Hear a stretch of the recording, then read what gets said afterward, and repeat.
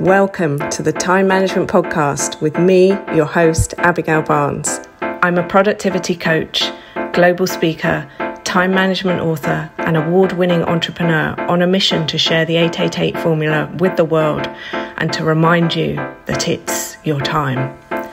Leave it to me to bring you new time management tips, tricks, tools, and strategies, to introduce you to guests, research, and case studies from around the world, and to give you a simple 5-step process you can follow to up-level your productivity, achieve your goals, and create a life that exceeds your wildest dreams. I'm so excited that you're here, so let's get started. Welcome to the show.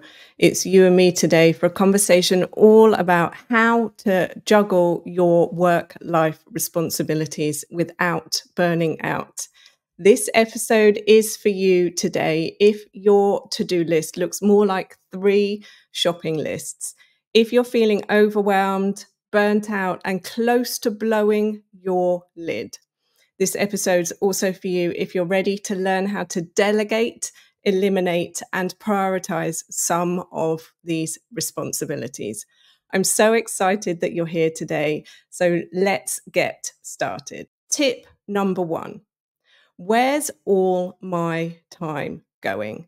Tip number 1 builds on episode 15, where we looked at the process of auditing your time for 7 days in order to be able to understand what's actually going on in your life. It's so easy to feel like we don't have enough time, but without a full understanding of where all the time is going, nothing is going to change. Tip number 1, when it comes to juggling these responsibilities, where's all your time going? If you've not listened to this episode, I highly recommend you go back and check it out.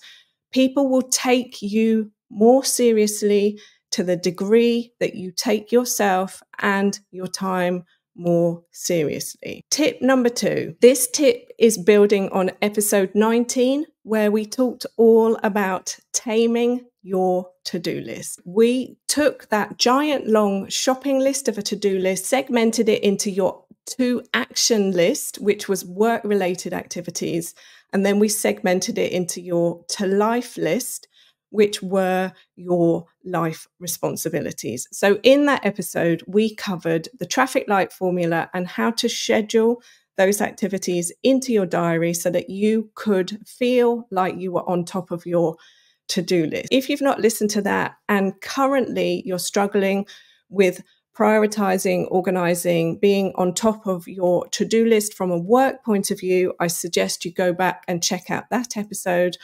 But for the benefit of this conversation today, we're now going to take that process and focus in on prioritizing your to-life list, which then leads me into tip number 3. Do you know what these responsibilities are that you have on a daily, on a weekly, on a monthly basis?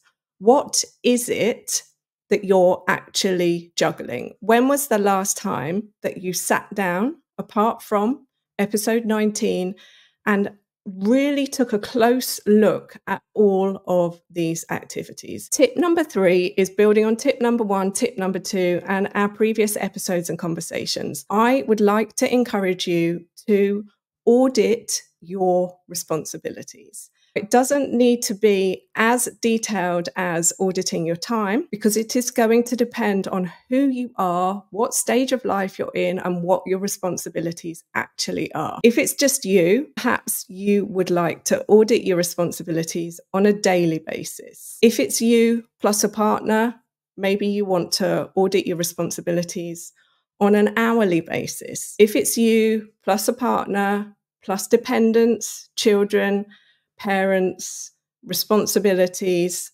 such as this, you might want to consider auditing your responsibilities in a 30-minute basis in the same way that we do the time audit.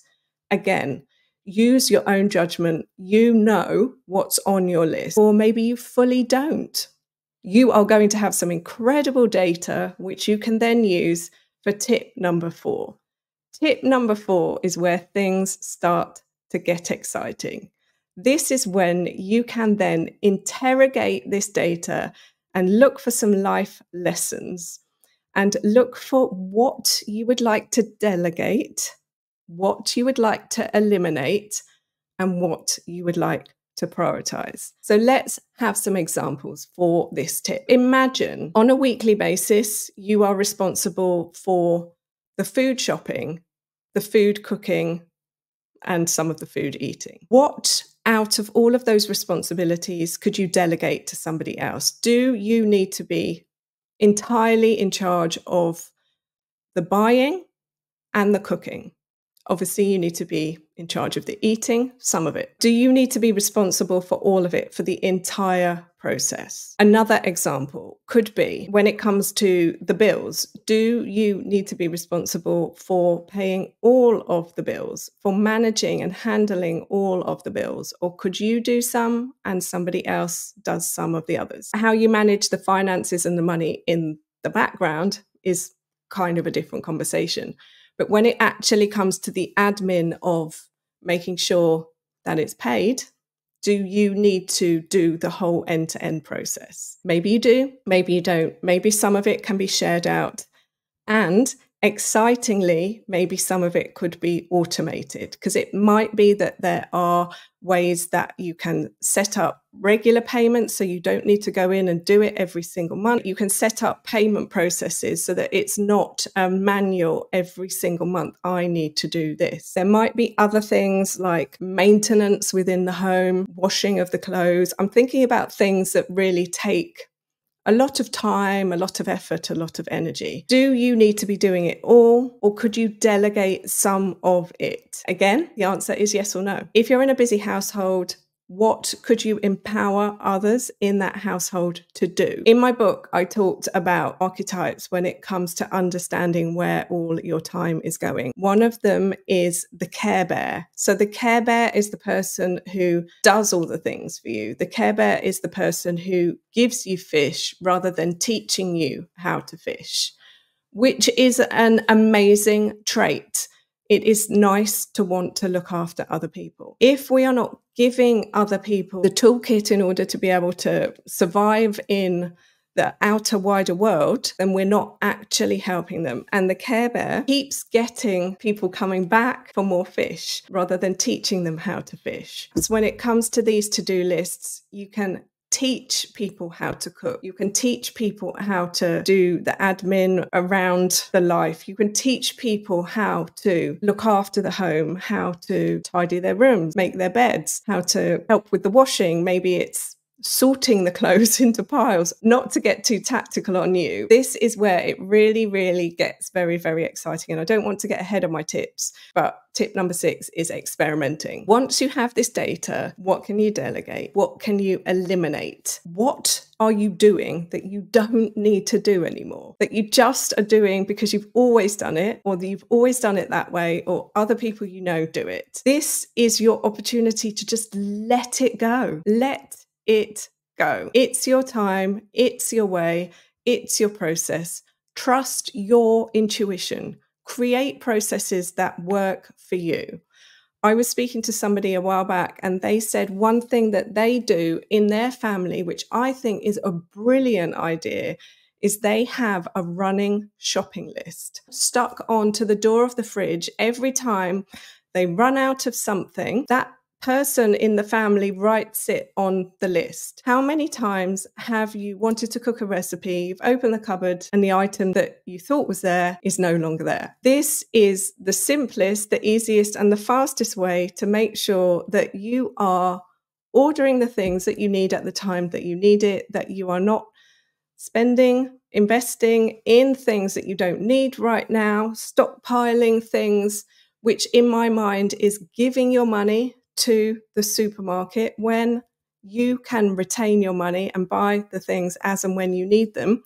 You don't need to stockpile things in your house. This information will help you with that. And I love, love, love that process. It's just so simple, a running shopping list. And then the final part of tip number 4 is prioritise. Once you have gone through all of these responsibilities, you've delegated what you can, you've eliminated what you can, now it's about prioritising it, which then leads me into tip number 5. Building on tip number 2, which was episode 19, scheduling your life admin into your diary. So you now know what needs to be done. You now know what needs to be done on a weekly basis in and around your work activities. Schedule these activities into your diary. So you've just prioritized them. Where are you placing them in your diary? And if they're life admin, me personally, I like to use different colors in my diary so that I know what's a work activity, what is a well-being activity, what is a life admin activity. And in my diary, I have the ability to choose different colors for different activities. For the sake of simplicity, don't make your life more complicated by having 15 different colors for 15 different types of activities. Group them into work, into life, into well-being, whatever else.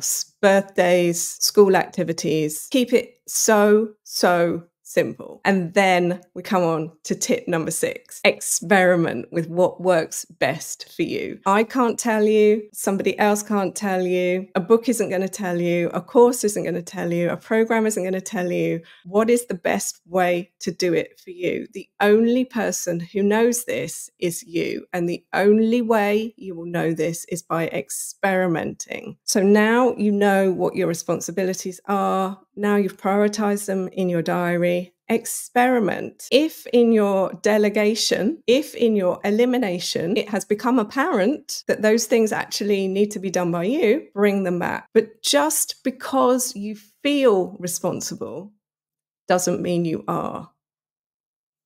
And just because you did it doesn't mean you will. And just because you can doesn't mean you should.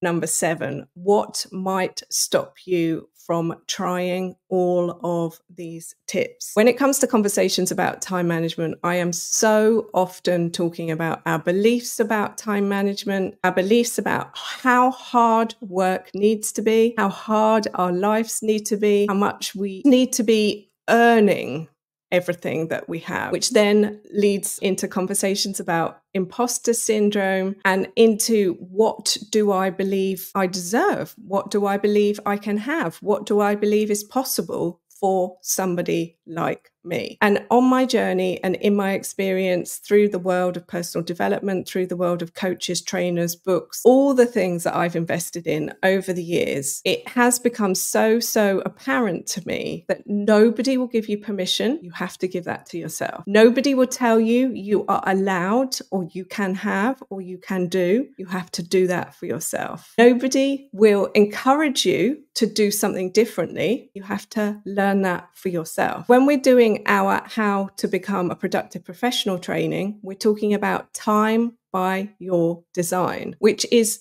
the previous episodes that I've mentioned, as well as this episode, how you allocate your time, how you understand your time, how you use your time, how you feel about your time. It all comes down to you. The other thing I wanted to mention in this episode, and I'm so excited that the episode after this, we have an expert coming on to tell us more, is human design.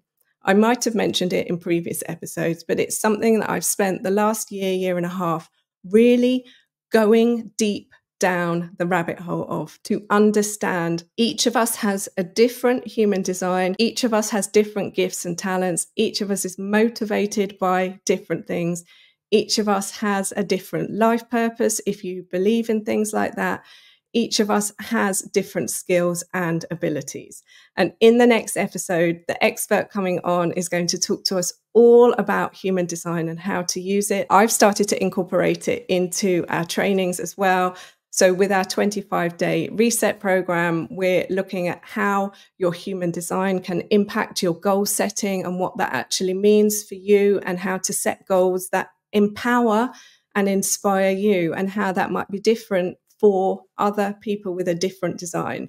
So I'm so excited to bring you this conversation and this content. and for this episode today. So your homework for this episode is these 7 steps. Step number 1, listen to episode 15. Step number 2, listen to episode 19. Step number 3, audit those responsibilities. Step number 4, organize that data. Delegate, eliminate, prioritize. Step number 5, schedule your life admin into your diary. Step number 6, experiment with what works for you. And then step number 7, what might stop you from trying all of these tips? Things I listed just now, your beliefs about time, that it has to be hard work, that you're not trusting your intuition, that you believe other people's ways of doing it are your ways of doing it. Well, my friend, this episode has given you a lot. I am so excited to hear what you take away from it. Leave a review on wherever you listen to the podcast. They help so much. We are now reaching audiences in 71 countries around the world, all thanks to you. It's thanks to the reviews, it's thanks to the recommendations, it's thanks to sharing the podcast with your friends, with your family, with your colleagues, with your peers. Please, please, please keep doing this. I am so excited to bring you these solo episodes as well as the guest episodes, where they are giving you access to what in many cases is decades worth of experience and expertise. So until next time, my friend, stay safe, stay well, and remember, it's your time. Thank you so much for tuning into today's episode. If you loved what you heard, be sure to let me know by leaving a review so I can keep the good stuff coming. Come and say hi on Instagram at Success by Design Training, or visit my website, successbydesigntraining.com, or connect with me on LinkedIn. Just search Abigail Barnes. Until next time, don't forget, you are amazing and it's your time.